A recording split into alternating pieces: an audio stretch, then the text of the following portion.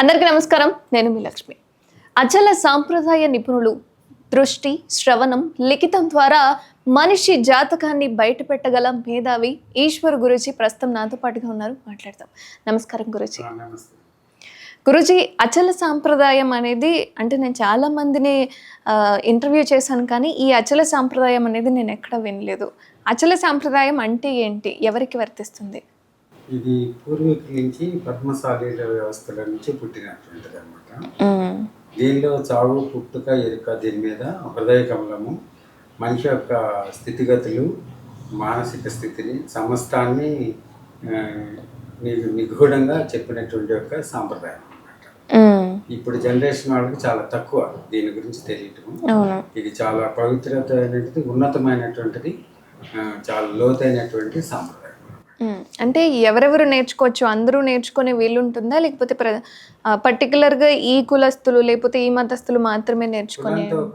ఇది పూర్వజన్మ సుకృతం ఉన్న వాళ్ళే దాని మీద నాకు అభిలాషతో నేర్చుకోవడానికి అవకాశాలు ఉంటాయి. అంటే బోధ జరుగుతుంది. బోధ నిష్కల్మమైనటువంటి బోధ, అరమరిక లేనటువంటి బోధ, ఆశ లేని గురువు. మెయిన్ ప్రధానమైనటువంటి లక్షణం ఏంటంటే ప్రతిఫల ఆపేక్ష లేకుండా చెప్పేటువంటి యొక్క ప్రవచనమే అచల సాంప్రదాయం అన్నమాట.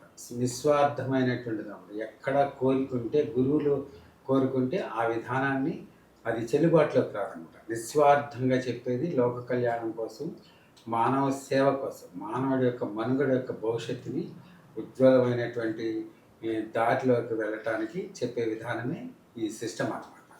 అది గత జన్మ సంస్కారం కానీ, అభిలాష కానీ, వాళ్ళ యొక్క కోరికను బట్టి ముందుకెళ్ళడానికి అవకాశం ఉంటుంది అనమాట. దీనికి కుల ప్రాతినిధ్యటువంటిది ఏమీ లేదు.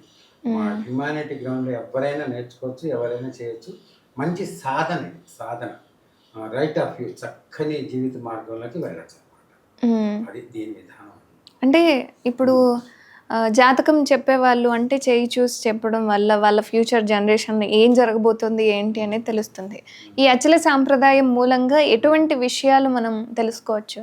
అంటే మనకి జాతకంలో చెప్పేది పార్వతీదేవి శాపం ఉందన్నమాట. జ్యోతిష్ శాస్త్రానికి పార్వతీదేవి శాపం ఉంది. ఇప్పుడు మనం ఈ సాంప్రదాయంలో గురువులు, మహనీయుల యొక్క వాక్యాలను అనుసరించి మనం ఎప్పుడైతే వెళతామో అప్పుడు జాతకంతో మనకి అంత అవసరం ఉండదు అనమాట. సద్మార్గంలో నడిచినప్పుడు మనకు రాబోయే చెడు కానీ, జాతకంలో నెగిటివ్ మైనస్ పాయింట్స్ ఉన్నప్పటికీ కూడా చక్కని గురువాకు ప్రకారంగా గురు మార్గంలో వెళ్తాం కాబట్టి మనకి జాతకాన్ని కూడా నెగిటివ్ కూడా పాజిటివ్ అవుతుంది, ప్లస్ పాయింట్. మైనస్ కూడా ప్లస్ పాయింట్. అది ఎక్కడ అవుతుంది అంటే మనలో ఉన్నటువంటి యొక్క గురుభక్తి, కాన్సన్ట్రేషన్, ఏకాగ్రత, ఒక నిర్మలమైనటువంటి మనస్తత్వం కలిగినప్పుడు మనకి ఏ కర్మ అంటది అన్నమాట. ఎప్పుడైతే మనం స్వచ్ఛంగా, ప్యూరిటీగా ఒక ధర్మపదంలో నడిచినప్పుడు అసలు జాతకంతోనే పనిలేదు. పండితులు, మహనీయులు ఏం చెప్పారంటే ఈస్ట్, వెస్ట్, నార్త్, సౌత్, తూర్పు, పడమర, ఉత్తర, దక్షిణం, ఈశాన్యము, ఆగ్నేయం, నైరుతి, ఆకాశము, అష్టదిగ్బంధనం అన్నారు. ఇన్ని చెప్పిన వేద పండిత పరిషత్తు కూడా ఏం చెప్పారంటే మహనీయులు దశ బాగుంటే దిశతో పని లేదు అన్నారు. జరిగిన విషయం అంటే దశ అంటే ఆ దశ కోసమే ఈ పోరాటం.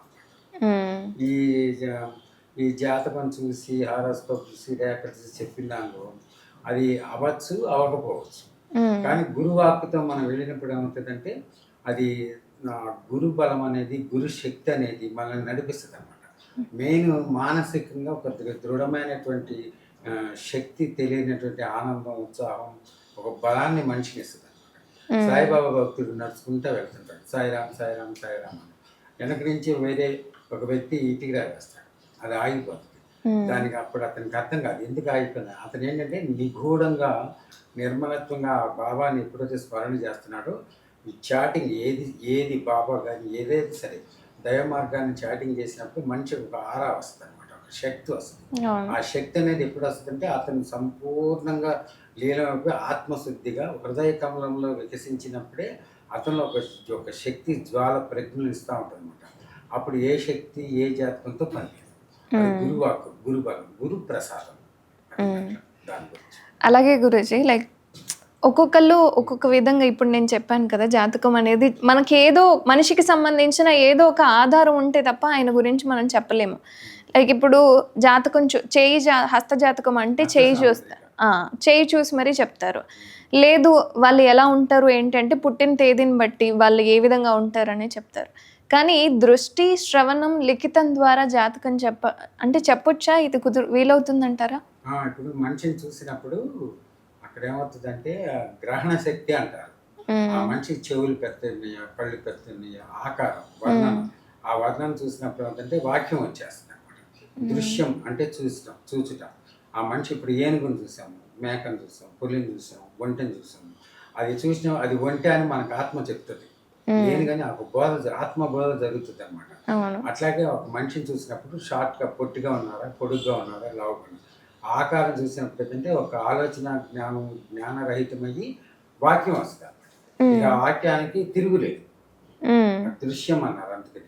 లైక్ ఇప్పుడు మనిషిని చూడగానే మీ చుట్టూ ఉన్న వాతావరణాన్ని బట్టి ఆ మనిషిలో ఒక ఆరా ఉంటుంది. పాజిటివ్ ఉంటుంది, నెగిటివ్ ఉంటుంది, ప్లస్ మైనస్.